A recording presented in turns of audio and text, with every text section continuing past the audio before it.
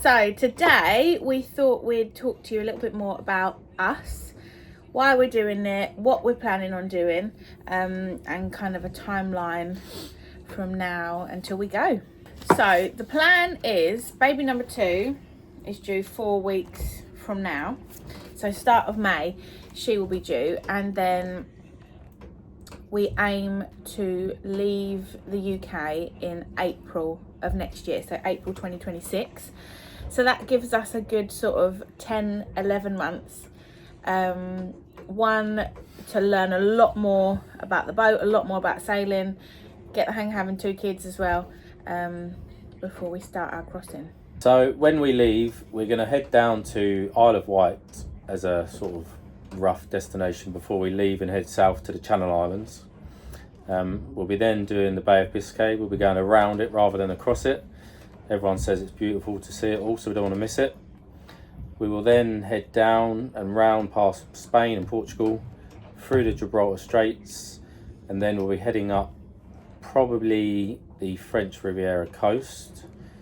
Or see wherever it takes us at that point. Or wherever it takes us. But the main thing is we definitely want to go to Corsica, down to Sicily, round to Italy, and depending on visas and EU rules, etc., we either head straight to Greece or we come up the east coast of Italy, as Lily has family out there, and spend some time there. But that's the rough guide, and then once we're there, Greece is obviously our main destination, hopefully for a long time, to see everywhere, not just island hop and miss it. We want to see it all.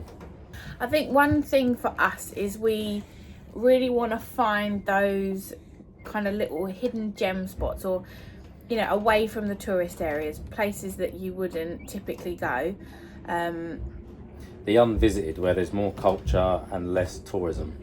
Yeah, and that's kind of our main reason for wanting to do it. Obviously, who doesn't go on holiday and say, oh, I'd love to live here, but not to get hyped up in that fantasy. But I think the more you travel, the more you go away, it makes you realise that the world is massive. There's so much to see. There's so many different cultures, languages to learn.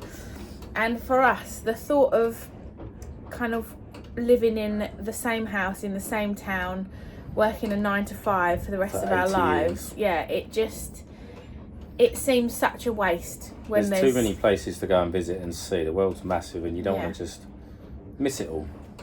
And we have no doubt, do we, that there will be stressful times when probably want to come home. Yeah, or when it's hard, or when we miss home, or we miss family. But we're not completely unrealistic. We don't know if we're going to do this for a year, 2 years, 10 years. But we do plan on doing it indefinitely, non-stop. That is the plan. But we're not going to sell our house. So we're going to rent our house out initially in the UK, so that we do have that security to come back to if we needed to, or if we wanted to. Because I think there'll come a point when, so Primrose would be due to start school in September of 2027.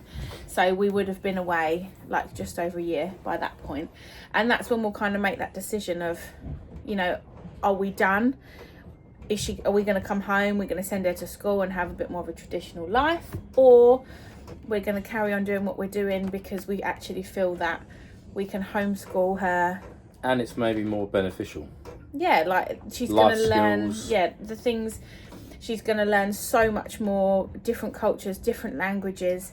I think the main concern for me with that is I don't want her to miss out on the social aspect and having those friends. But like everything, there's pros and cons. We could go home, we could live more of a normal life, and she could go to school and she'd be missing out on all of the amazing travel and seeing places and just being able to be together as a family all the time. And then having life on the boat where we homeschool her, she could be missing out on making those kind of lifelong friends.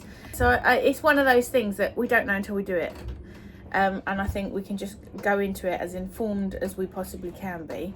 And I think in our family circle, and with our friends, it probably does seem a bit mad that we're going to do this. But the more we've looked into it, and you kind of meet people in our marina and talk to people online, and we're like on the Sea People app, you realise actually there's loads of families. And we haven't just dived into this. This is a lot of education and learning, and not being oblivious to the risks or the potential to want to come back or to not carry on.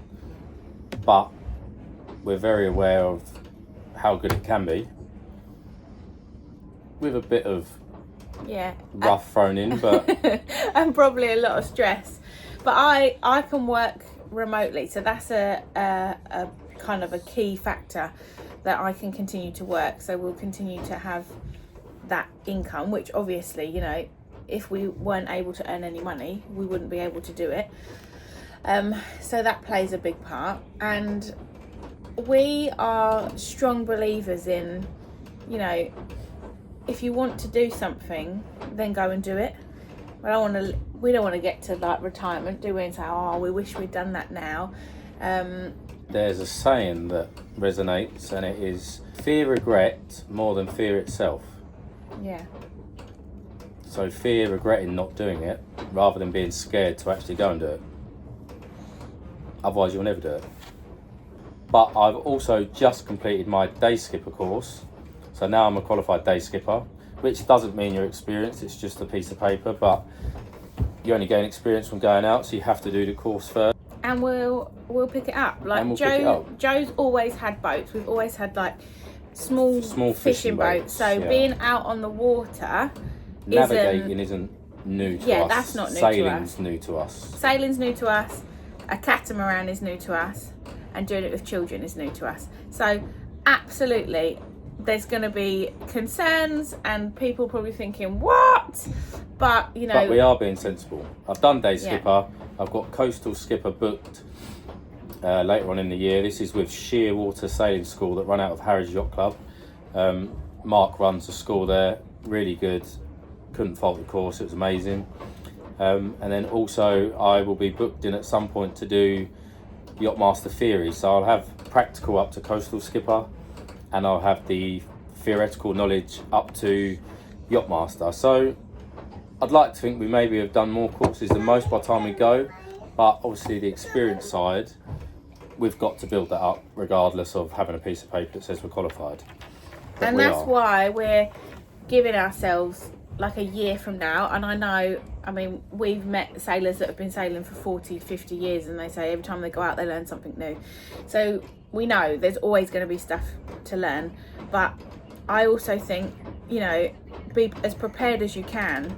But you're never going to be fully prepared. You're never going to be fully prepared yet until you're doing it. And we're going to be doing it, you know, day in, day out.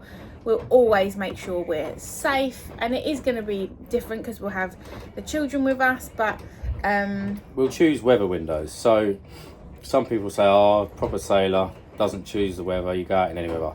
True, perfectly true. But we've got children. We're not in it for heroes. We're not going to cross directly across the Bay of Biscay and say, oh, we've done this. One, we want to see everywhere. For instance, in the Bay of Biscay, everyone says it's lovely. And two, there's no need to risk it. We've got kids. We're not doing it to get there and get home in 10 months and we've got speed there. We're just going to take our time and enjoy it. Yeah, and we're not putting like a time frame. You know, we're saying that we're going to leave April next year. If we feel we're ready a bit earlier, perhaps we'll go earlier. If we need to go later, we'll go later. That's our aim. But it's definitely, you know, we're not going to be confined to that. And then our route as well, you know, we might get somewhere and we think we love it here. Let's spend a little bit of time here. And we might stop for 3 months rather than just keep sailing.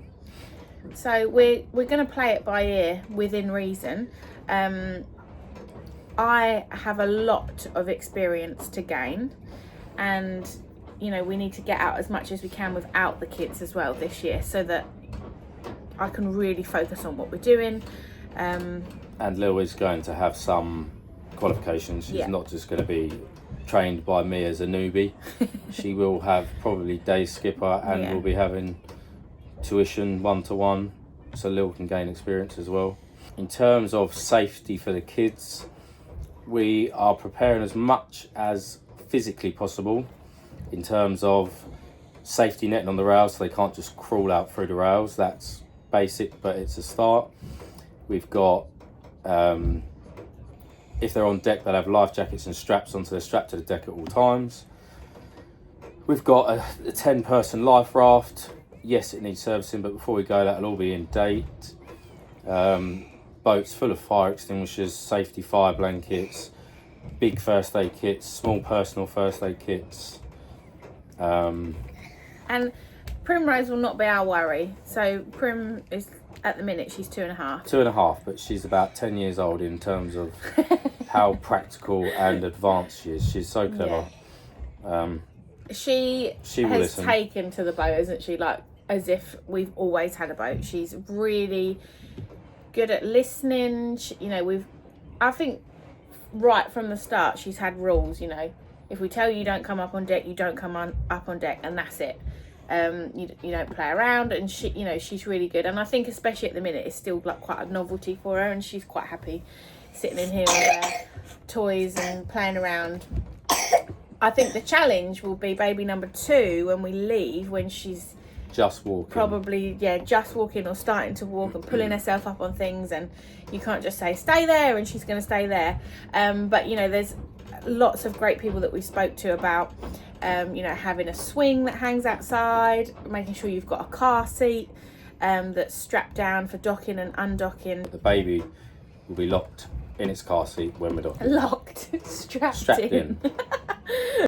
And like for me and you, we always have been fairly spontaneous, adventurous.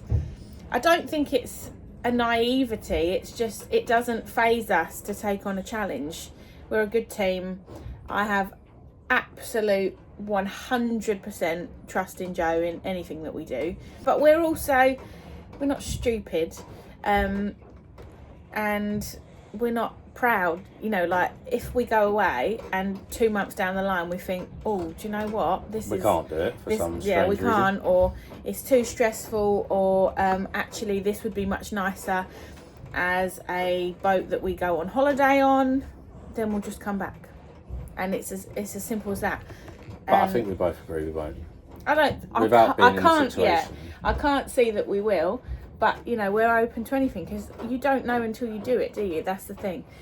What would you like to come and say about it? Would you like to come over here and say hello? What do you think about living on the boat? Is that going to be good fun to live on the boat instead of our house? Yeah. Are you going to show your little sister how to do lots of things on the boat? What are you going to show her? Are you going to show her how to play on the nets? On the trampoline? Yeah. And how to put a life jacket on? Yeah. And what is your baby sister's name? Baby Pearl. Baby Pearl. And what does Pearl mean?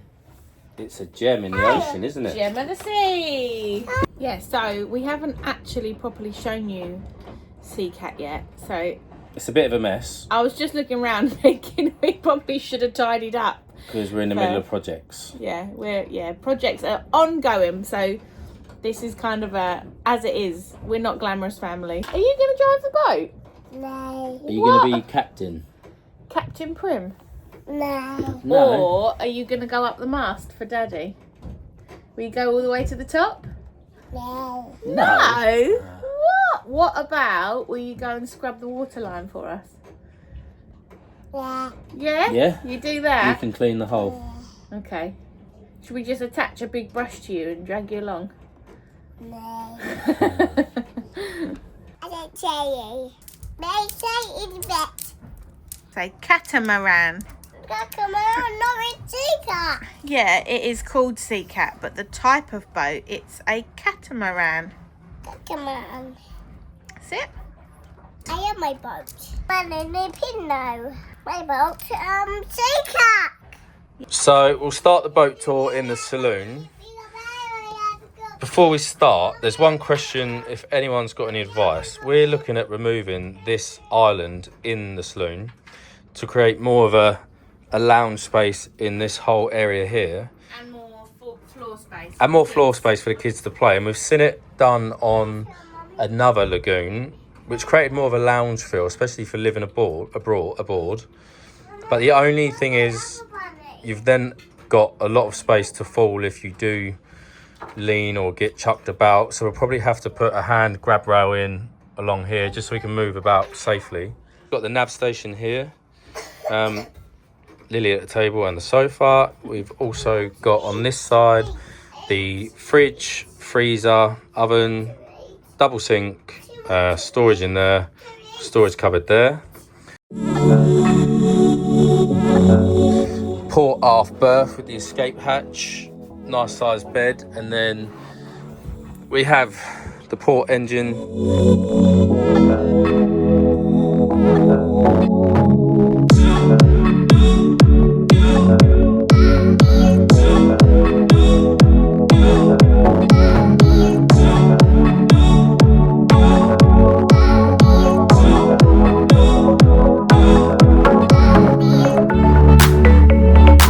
Moses at the table, but again, the island, if we removed that, would have all this space.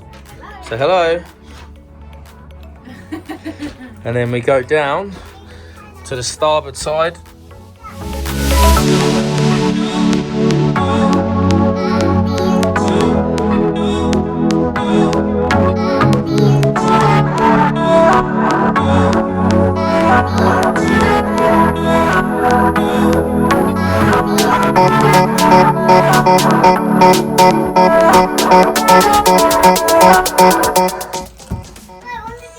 And then if we open the doors, you come out. We've obviously got seating area, table, dinghy on the davits at the back, and then the helm's position, which is nice and protected in here. Clear views out.